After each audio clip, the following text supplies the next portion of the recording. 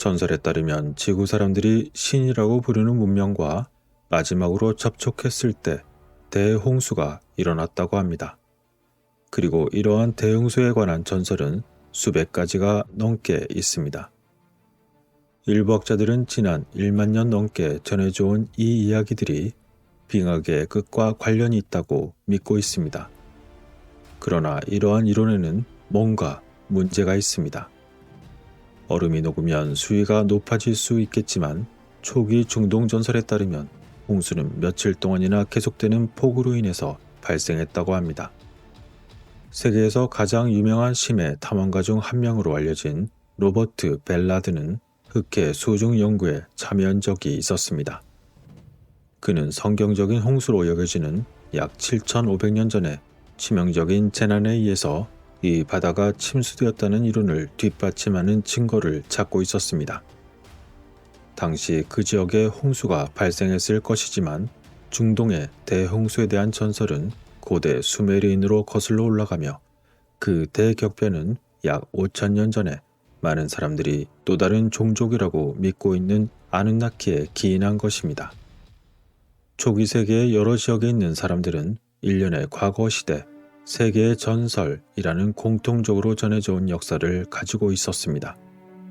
그것은 아즈텍인, 마야인, 그리스인, 피트족 및 인도 사람들에게 전해져 왔었고 플라톤의 아틀란티스 이야기에서도 언급되었으며 시대적인 수치는 문화에 따라 서로 다르지만 이야기는 기본적으로 동일했습니다. 시대가 지남에 따라 사람들은 점차 악하게 되어 신이 땅에 와서 물이나 불로 그들을 멸망시켰다는 것입니다. 그 후 남은 생존자들이 세상을 다시 채웠고 그들이 새로운 시대를 시작하도록 신들은 인간들을 도운 이후에 다시 하늘로 들어가서 그 후 다시는 볼 수 없었던 것입니다. 마야와 힌두교 달력에 따르면 현재 시대는 이전 시대가 파괴된 이후인 약 5,100년 전에 시작되었고 이러한 세계 각 지역의 전통적인 이야기들은 실제로 일어난 일에 기초하고 있다는 표시인 것입니다. 당시 기후는 매우 좋지 않아서 매일같이 폭우가 내렸고 해수면이 여러 곳에서 상승했으며 대서양에서는 대규모 분화가 일어났습니다.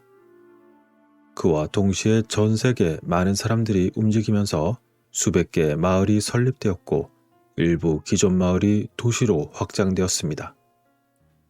신세계에서 이집트인이나 수메리인과 같은 일부 사람들에 의해 피라미드 건축 문명이 갑자기 생겨나는 등 후대 사람들보다 더 발전하기도 했습니다.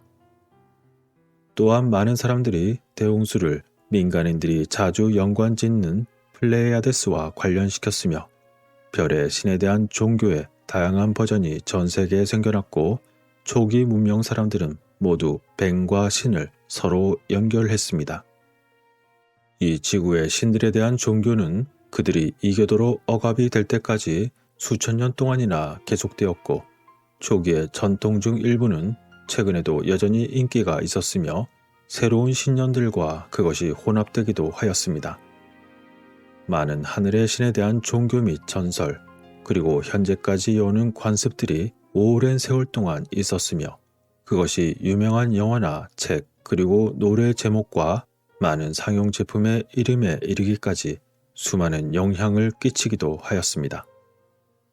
성서의 경우 이 이야기에는 또 다른 흥미로운 측면이 있었는데 그것은 여러분들도 아시다시피 대홍수 이전 시대에 거인의 종족이 있었다는 것입니다. 창세기에는 다음과 같은 내용이 있습니다. 당시 땅에는 거인들이 있었고 그 뒤에도 있었으니 곧 하나님의 아들들이 사람들의 딸들에게로 들어와 그들이 저들에게 아이들을 낳았을 때더라. 바로 그들이 옛적의 강력한 자들, 즉 명성 있는 자들이 되었더라. 이러한 거인에 대한 이야기는 근대 세계 많은 지역에서 인기가 있었고 이미 여러분도 아시듯 키가 큰 사람들의 유물들이 다수 발견되었습니다. 그러한 예들을 살펴보자면 다음과 같은 것들이 있습니다. 1190년 영국 서머셋의 글래스턴버리 수도원에서 사람들은 돌 석판을 발견하였고 그곳에서 아서왕의 매장에 관한 라틴어 비문을 발견했습니다. 또한 그들은 16피트를 파고 나서 약 2.5m가 넘는 키 큰 남자와 여자의 유골이 들어있는 거대한 나무회관을 발견했습니다. 그러나 비문을 보았을 땐 그 거인의 유골이 아서왕이라는 심증은 있었지만 그것을 확인할 증거가 없었습니다. 이러한 매장 방법은 영국의 거인 시대와 가까운 5천년 전으로 거슬러 올라가고 있었습니다. 1947년 5월 한 탐사팀이 대본 해안 브리스톨 해협의 런디섬에서 흥미로운 발견을 한 적이 있었습니다. 그것은 바로 런디섬의 서쪽 해안 위에 거대한 화강암 블록으로 지어진 커다란 토굴의 발견이었고 그 안에는 2개의 거대한 석관이 있었습니다. 그 중 하나는 키가 2.5m 이상의 남자와 여자의 키가 큰 사람의 관이었던 것이었습니다. 또한 스코틀랜드, 북아프리카, 북아메리카에서도 거인들의 유물 발견이 다수 보고된 바 있었으며 이들 중 일부만 평범한 신장이었습니다. 그리고 오스트리아 연구원인 클라우스 도나는 자신의 유물 수집 작업과 관련하여 여러 나라의 거인들의 유물에 대한 보고로도 유명한데 한 인터뷰에서 클라우스는 에콰도르에서 키가 무려 7.6m 이상인 사람의 탈구된 뼈를 발견했던 사실을 전하기도 했습니다. 한편 미국 유타주의 거인 유적과 브라질의 원시 원주민인 슈아라인들 사이에 대홍수 거인 종족의 전설에 대한 보고가 있었습니다. 그리고 레바논의 바알베크는 대홍수 이후에 거대 인종과 관련된 유명한 거석 유적지 중 하나입니다. 수천 년 전의 초기 사람들은 그들의 터에 거석 구조물을 지었던 것처럼 보였습니다. 바알벡의 트릴리톤은 각각의 무게가 750톤인 3개의 다듬은 돌로 구성되어 있었지만 무려 1,000톤 이상의 무게를 가진 것으로 추정되는 또 다른 돌들은 더욱 놀랍습니다. 이러한 돌들이 어떻게 당시에 움직였는지 지금까지 아무도 모릅니다만 당시 초기 사람들 중 일부는 반중력 장비라도 있었던 것일까요? 그럼 이제 고대에 남겨진 유물들과 대홍수 전설에 관련된 지역으로서 페루와 영국 제도 그리고 중동 및 이집트, 크레타, 수메르를 한번 살펴보겠습니다. 앞서 언급한 클라우스 도너를 비롯한 많은 대한 연구자들도 안데스와 러시아에서 기괴한 모양의 두개골이 발견이 되어 일명 콘 헤드라고 알려진 사람들의 유골을 조사했습니다. 마야 외 다른 지역 사람들도 자녀의 머리 모양을 태어날 때부터 바꾸었습니다.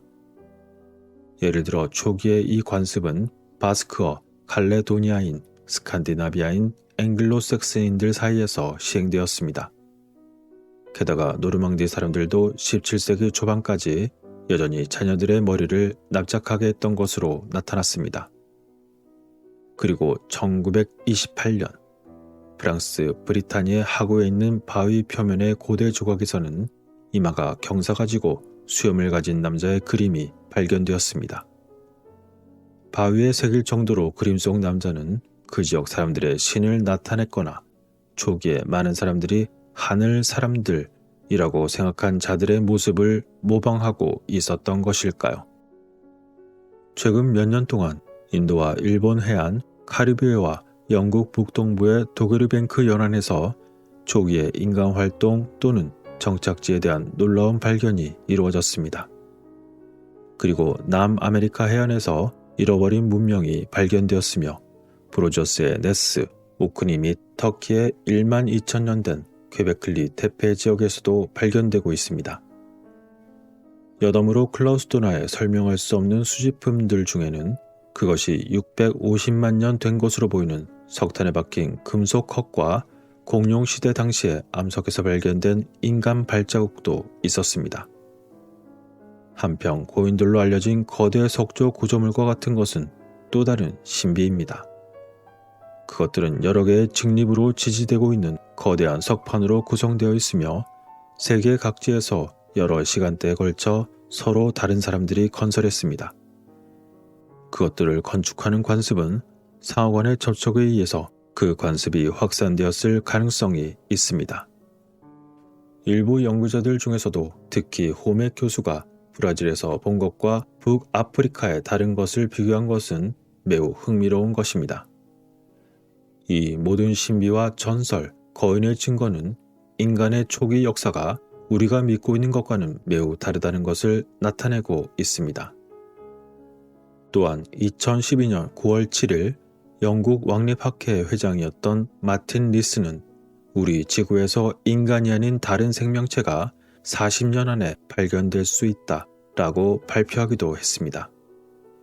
그러나 전 세계의 전설과 종교가 서로 연결되어 있는 모습을 보이고 있고 5천년 이전에 이 지구라는 행성에 인간 이외의 종족이 있었던 것으로 여겨지는 이러한 여러 유물들의 발견은 그들이 인류가 문명화되기 전에 더 일찍부터 이곳에 있었음을 암시하는 것입니다. 이렇듯 5천년 이전에 지구에서는 놀라운 주요 기후변화와 함께 홍수가 있었으며 알 수 없는 여러 선진 문명들이 존재하고 있었습니다. 페루의 안데스 산맥에 위치한 퀼카야 아이스캡은 열대지방에서 가장 큰 빙하 지역입니다. 오하이오주 지질학과 교수인 로니 톰스는 과학 연구를 수행하며 기원전 5200년경에 갑자기 일어난 넓은 지역의 기후에 대한 영향을 발견했습니다. 그리고 연구원이자 학자였던 토루 헤이어달에 따르면 지질학적 재앙은 대서양에서 아이슬란드를 쪼개기에 충분히 컸다라는 것이었습니다. 그리고 영국의 경우에 5천년 전 해안 주위에 상당한 홍수가 있었고 나무의 나이테를 조사한 결과 아일랜드와 영국에서 대기에 엄청난 양의 재가 있었음을 나타내는 흔적도 있었습니다. 또한 그린란드의 캠프 센츄리에서 조사된 빙액에서는 기원전 3100년경에 전 세계적으로 떨어지는 화산재가 크게 증가했음을 나타내고 있었습니다. 게다가 종교적 신념에도 변화가 있었고 수염난 남성의 하늘신이 주목의 초점이 되기도 하였으며 스톤헨지의 첫 번째 단계가 시작되었고 종교적, 사회적 목적으로 사용된 듯이 보이는 1000개가 넘는 스톤 서클이 많은 나라들에서 각각 등장하기 시작한 것으로 연구되었습니다. 그 중에서도 특히 스코틀랜드 북부의 오크니에서 중요한 변화가 일어났는데 스카라브레이에서 두 개의 큰 돌 동그라미 그리고 거대한 빙접시 모양의 메사우스 모양의 동상과 프로저의 네스 유적지로 구성된 신성한 지역 근처에서 시작되었습니다. 유럽의 대서양 연안에는 거대한 석재가 나타났으며 일부 고고학자들은 그것들을 매장 지역으로 묘사하곤 했지만 아일랜드의 켈트족 전설에서는 그들의 유명한 뉴 그랜지 동산을 9세계 신들의 고향으로 묘사했으며 그것이 사실 진실에 더 가까웠을 수도 있습니다. 그럼 이제 중동 그리고 이집트 및 크레타의 경우를 살펴보자면 약 5천년 전에 레반트에 정착한 페니키아의 건축업자들과 같은 중동 사람들 중 일부는 바다를 돌아다니면서 이동하고 있었습니다. 그리고 크레타 섬 전체가 강렬한 격변의 영향을 받게 되자 사람들이 동굴에서 피난처를 찾는 동시에 높은 언덕에 정착했습니다. 그리고 학자들의 연구에 따르면 기원전 3000년 이후 지중해 동쪽 끝 해수면이 낮아지면서 육지가 상승했습니다. 그리고 이제 이집트 문명의 경우 그들의 사자에서의 암시된 것처럼 기원전 3100년 전으로 거슬러 올라가 두 왕국이 연합되었고 이집트가 홍수 전설이 없었음에도 불구하고 매우 치명적인 사건들이 있었습니다. 그리고 또한 몰타의 주요 사원의 시대가 갑자기 끝나고 대서양에서 쏟아져 몰타의 표터를 모두 씻어낸 거대한 물결이 발생했으며 시실리 성과 프랑스 내부의 일부도 당시 침수된 것으로 보였습니다. 그리고 이제 수메르의 경우를 살펴보면 약 5천년 이전에 이라크 남부에 도착한 수메르인들은 이미 그곳에 살고 있는 사람들보다 훨씬 더 발전했으며 문명이 빠르게 정착되었습니다. 마을은 도시로 점차 확장이 되었고 수메르인들은 이 지역의 다른 문화들에 매우 큰 영향을 미쳤습니다. 기록에 따르면 그들은 홍수의 생존자들이었고 그들의 원래 고향을 떠난 이후에 일반적으로 바레인이라고 여겨지는 딜문이라는 땅에 정착하였습니다. 수메르의 기록에 따르면 홍수는 많은 학자들이 다른 종족이라고 믿고 있는 아눈나키 또는 에난나지라고 불리는 빛나는 신의 존재로 인하여 발생했습니다. 카르사그라고 불리는 곳 상정상 위에서 처음 보게 된 이 단체들은 인간의 문명을 도왔으며 사람들에게 농업과 함께 다양하고 유용한 예술을 가르쳤다고 합니다. 그러나 그들이 나중에 홍수로 인류를 파괴한 이유는 사람들이 너무나도 악에 물들었기 때문이라고 하는 것이죠. 일반적인 이름으로 언급되지는 않았지만 아눈나키의 지도자는 많은 초기 중동 문화에서 신으로 존경받았습니다. 그리고 나중에 여러 사람들이 그들을 부족의 조상, 때로는 영웅의 조상이라고 주장했습니다. 이 신들 그룹은 이집트의 종교나 전통에도 등장했으며 기자 피라미드 근처의 비밀 지하 복합 단지의 상징적인 배치 등으로 암시되곤 했습니다. 인간의 문명에서 주장되었던 수메리아의 주요 신들 중 하나는 다양한 이름으로 전 세계에 알려졌습니다. 초기 전설에 따르면 그는 키가 큰 백인으로서 흰 수염을 가진 남자의 모습을 띠었고 길고 흰 가운을 입었으며 때로는 흰 샌들을 신었습니다. 그중 어떤 신은 홍수를 일으킨 반면 다른 신은 생존자를 구출하는 데 도움이 되었다고 합니다. 수메르인들은 그를 에아 또는 엔키라고 불렀으며 그들은 뿔이 있는 경우가 있었고 수염이 난 사람의 형태로 그를 보여주기도 했는데 바빌로니아의 홍수 이야기에서 그는 한 사람을 구해서 인류의 씨를 보존했다는 것이었습니다. 한편 서아프리카의 일부 도곤인들은 그를 레베라고 알고 있기도 하며 다른 모든 전설에서 나타난 그 자와 마찬가지로 농업과도 관련이 있었습니다. 한편 이집트인들은 그를 오시리스라고 불렀고 그를 농업과 연관시키기도 했지만 그를 죽음의 신으로 만들었으며 모든 이집트인들은 자신들이 죽었을 때 그와 연결이 되어 다시 만나기를 바랬습니다. 초기 이집트 전설에 따르면 오시리스와 그의 동료들은 이집트를 떠난 이후에 다른 나라를 방문하기 시작했다고 전해지고 있었습니다. 이렇듯 여러 지역에 나타나는 신들의 공통점의 발견은 많은 이야기들과 함께 연결이 되어 또 다른 모습을 보여주는 듯 보였습니다. 이제 대홍수 전설의 또 다른 지역들 중 극동 지방을 비롯해 북미, 중미, 남아메리카와 태평양에 이르는 부분에 관련된 이야기입니다. 우선 극동 지방의 경우 5,000년 전 태평양 연안에 퍼져있는 문화로 거슬러 올라갑니다. 이들은 이전 세대들보다 훨씬 더 발전해 있었으며 흩어져 사는 대신에 서로 모여서 벽으로 둘러싸인 마을과 양과 소와 염소떼를 길렀습니다. 그리고 이주민의 물결은 한국에도 있었으며 이들은 특히 해안에 마을들을 지었습니다. 또한 한국의 자연 채집물을 이용한 야계 제조법은 이들의 낚시 기술과 직조의 놀라운 발전과 함께 오늘날까지 이어져 옵니다. 한편 약 수천 년 전의 대만에도 원주민들이 섬에 도착하였는데 아미 부족의 전설에 따르면 그들의 조상은 이전에 대만 동부의 다른 섬에 살았지만 엄청난 폭풍이 해안에 들이닥쳤다고 합니다. 그리고 그들의 또 다른 전설에 따르면 고대 지진이 발생하여 끓는 홍수가 발생했고 그 분화가 지구 전체에 영향을 미치면서 내려앉았던 무서운 시간에 대해서 이야기합니다. 그리고 보네임 그림에 져서 고대 일본의 우주인에 따르면 고대 지배 계급을 구성하고 있는 고대 비행사들이 일본 이외에도 다른 여러 지역을 방문했던 징후가 많았다고 합니다. 기원전 3000년 이전 그 수정한 시기에 너무 많은 신들이 지구를 걸어다니고 있었고 다이코 베키라는 흰 수염의 백인이 극동 지역에 왔었다라는 것입니다. 또한 그들은 사람들에게 예술과 농업을 가르쳤으며 달력을 전해주었다고 말하고 있습니다. 그리고 극동아시아 지역 또한 대홍수의 전설을 가지고 있으며 그것은 대략 5200년 전으로 거슬러 올라갑니다.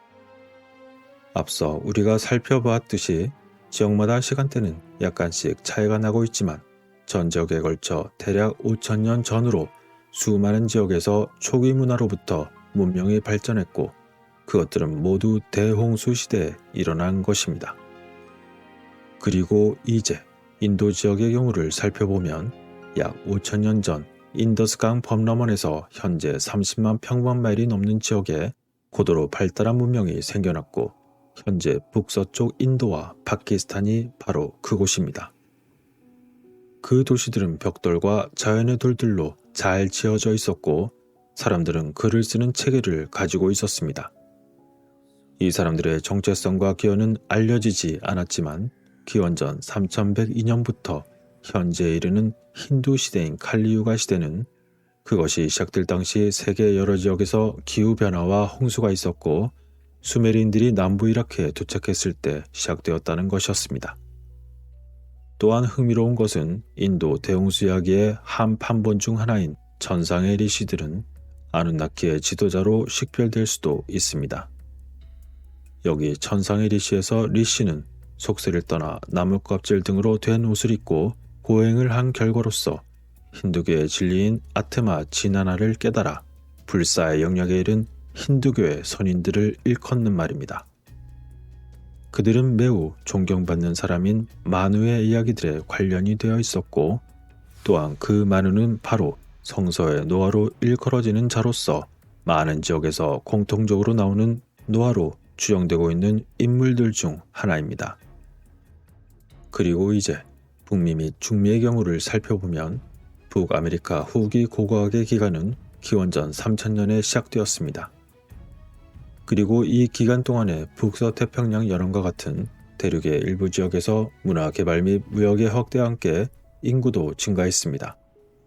학자들은 수천 년 전에 모든 아메리카 원주민의 조상이 아시아로부터 베링 해협을 통해 건너왔다고 믿고 있지만 많은 토착민들은 홍수로 잃어버린 땅에서 왔다고 말하고 있습니다. 게다가 북미 전역에 홍수에 대한 전설이 있었습니다. 일부 아메리카 원주민들은 홍수가 왔을 때 조상들이 높은 언덕으로 도망쳤다고 말하고 있으며 일부는 동굴 속 지하에서 홍수로부터 보호되었다고 말하고 있습니다. 한편 테일러 한산의 경우 위대한 부족민들의 방문에 관한 아메리카 원주민의 전설을 모았습니다. 어떤 사람들은 그를 기적의 일꾼 또는 선지자 아니면 치료자라고 불렀으며 그들은 길고 흰 옷을 입었다고 말했습니다. 또한 만단의 인디언들은 그들을 자신들의 첫 번째 조상이자 위대한 부족민이라고 말했습니다. 게다가 그들은 우윳빛의 흰색 늑대 가죽으로 만든 옷을 입고 있었고 부족민들을 홍수로부터 보호했다고 말하고 있었습니다.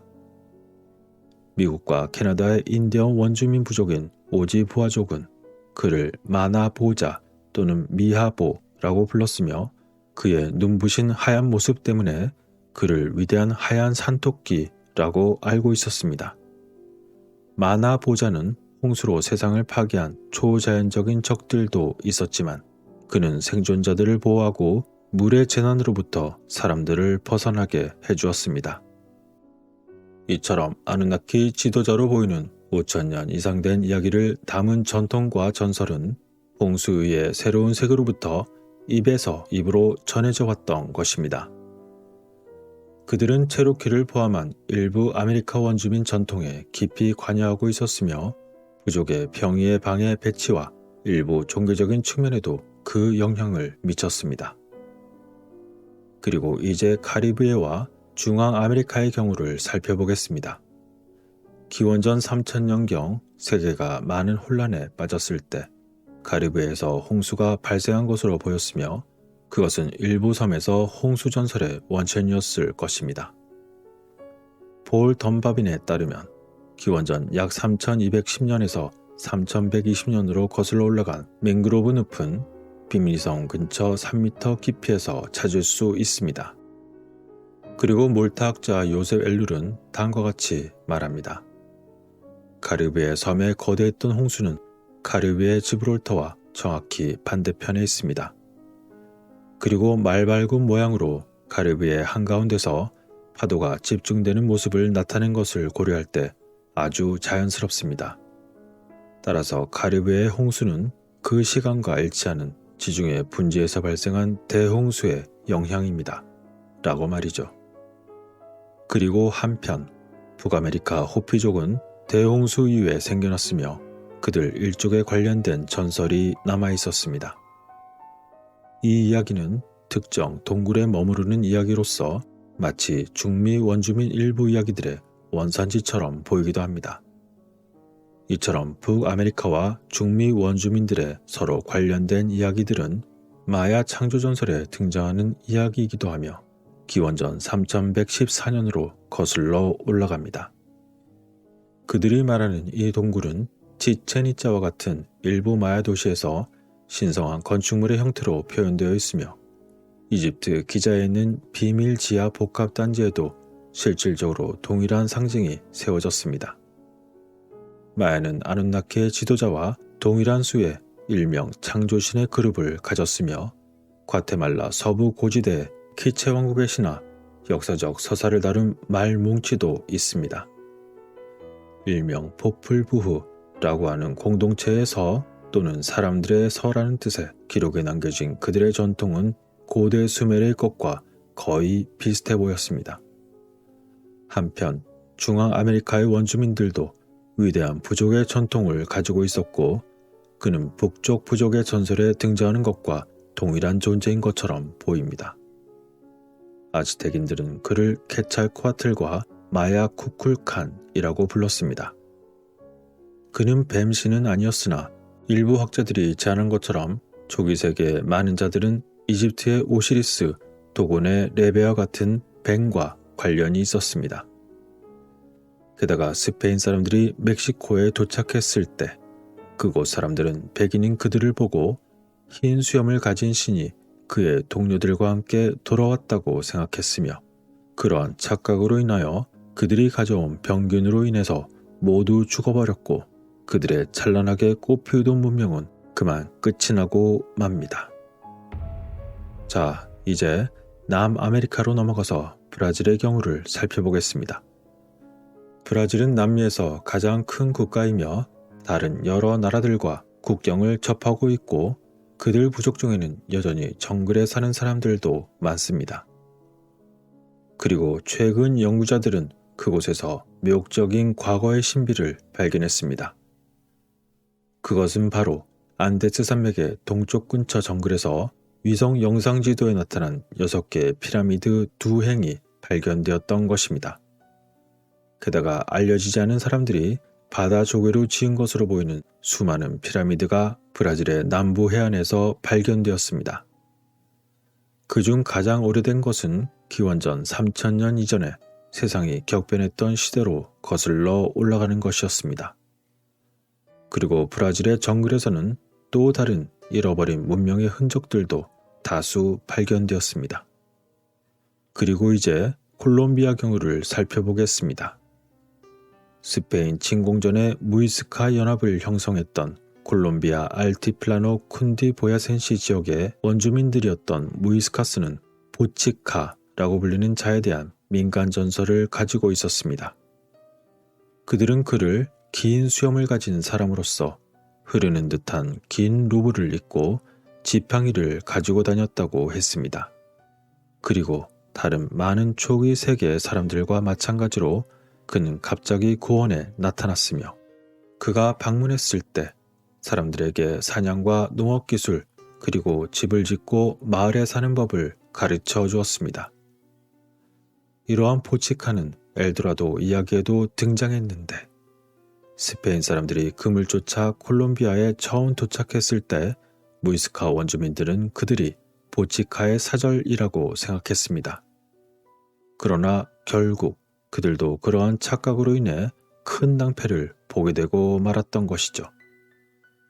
아마도 과거 스페인 사람들이 아니었다면 수많은 인류 문명의 소중한 기록들은 아마 지금보다 훨씬 더 많이 남아있었을 것입니다. 어쨌건 이제 페루의 경우를 살펴보겠습니다. 지금으로부터 약 5천년 전 페루 해안에서 정착지가 나타나기 시작했고 기념비적인 건물들이 급증했습니다.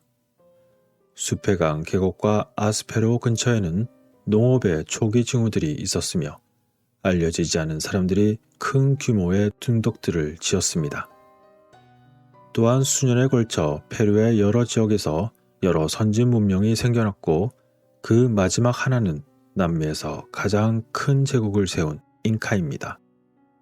잉카족 또한 다른 페루 사람들로부터 물려받은 전통에서 어떤 위대한 자에 관한 전설을 가지고 있었습니다. 그들은 그를 흰 수염을 가진 남자로 묘사하고 있었으며 그는 허리를 묶은 흰 가운을 입고 지팡이도 들고 있었습니다.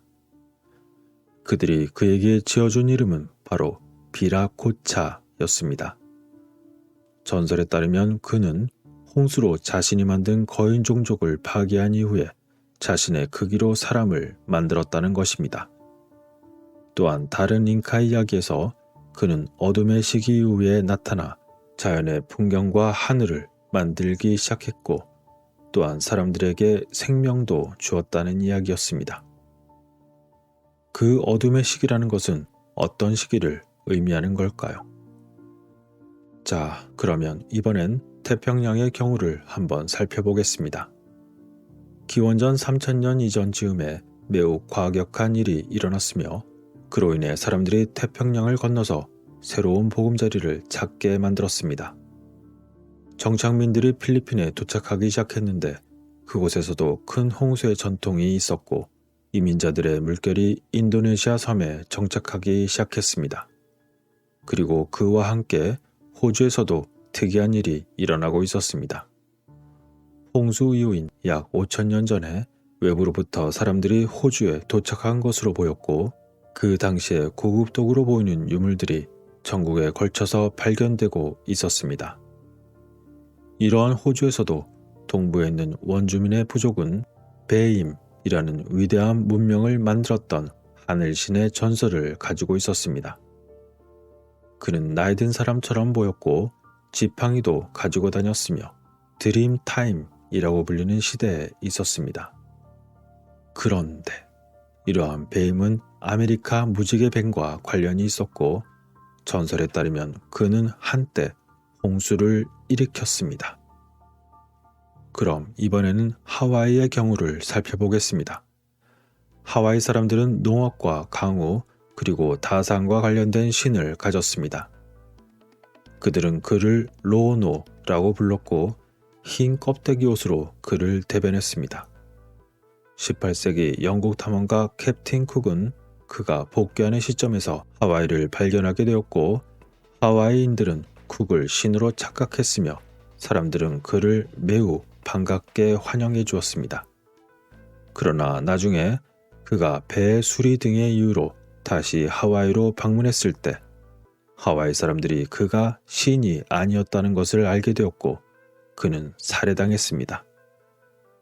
이처럼 고대로부터 의미심장했던 그에 대한 수많은 이야기들은 그가 초기 세계의 문명의 화신이었다는 것이었으며 그와 관련된 원형의 울타리 같은 유적의 지역들은 하늘신 종교의 수많은 기념물 중 하나인 초기 스톤헨지와 매우 유사했습니다. 사실 이러한 이야기들은 전체 내용에 비하자면 뼈대에 해당하는 부분이며 각각의 이야기들을 모두 펼치려고 한다면 아마 길고 긴 시간이 필요할 것 같습니다. 하지만 이러한 이야기들은 저의 채널 영상에 곳곳에 흩어져 있으며 일단 오늘의 내용들을 요약하자면 다음과 같습니다. 5천년 이전 이 행성에서 놀라운 일이 일어났습니다. 전설에 따르면 지구를 방문한 방문객들 중에 길고 흰 가운을 입은 매우 키가 크고 지팡이를 들었던 긴 수염을 가진 자가 있었습니다. 그들은 동료들과 함께 전 세계를 여행하면서 사람들을 만났습니다. 또한 그는 사람들에게 농업과 많은 유용한 기술들을 가르치고 있었으며 많은 이야기들에서 그를 플레이아데스와 관련시켰습니다. 그가 여기에 있는 동안 세계 여러 지역에서 기후변화와 홍수가 발생했으며 사람들은 홍수를 비난했지만 그는 악하게 된 인류를 처벌했다고 했습니다. 그러나 결국 대홍수 이후에 여러 나라에서 문명이 다시 태어났으며 많은 부족들이 새로운 땅에 정착하기 시작했습니다. 이러한 놀라운 사건들과 함께 다른 종족으로 보이는 이 놀라운 자들의 방문은 인간의 삶에 매우 큰 영향을 미쳤습니다. 그리고 수백 가지의 우화적인 대홍수 이야기와 마찬가지로 하늘신 종교의 수많은 버전이 전 세계로 퍼져나갔습니다. 그리고 대서양 양쪽에 걸쳐 매우 놀라울 정도로 비슷한 하늘신에 관련한 종교가 있었습니다. 그리고 이것은 이미 오래전에 구세계와 신세계 사이에 서로 간에 수많은 접촉이 있었던 것을 의미했습니다. 이처럼 이미 5,000년 이전에 이 지구를 또 다른 어떤 종족이 방문했었다면 아마도 그것이 또다시 일어나지 않아야 할 이유는 없을지도 모릅니다. 과연 대홍수는 우리에게 어떤 의미를 남긴 것일까요? 지구 전체에 걸쳐 인류에게 무언가를 전수하고 다녔던 바로 그 자들의 정체는 무엇이었을까요? 그리고 그러한 일들이 또다시 일어나게 된다면 그때는 언제가 될까요? 그리고 이후에 이 지구는 어떤 모습으로 남아있게 되는 걸까요? 오늘의 이야기는 여기서 마치도록 하겠습니다. 다른 사람이 이미 정해놓은 주장을 보시고 이것이 정설이다 또는 이미 거짓 판명된 것이다 라고 그들을 따라 주장하기보다 여러분 스스로 직접 모든 것을 분석하고 연결해 보시기를 권해드립니다. 모든 판단은 여러분의 몫입니다. 끝까지 시청하시고 구독과 공유해 주시는 분들께 깊은 감사를 드리며 다음에도 다시 들러주시기 바랍니다.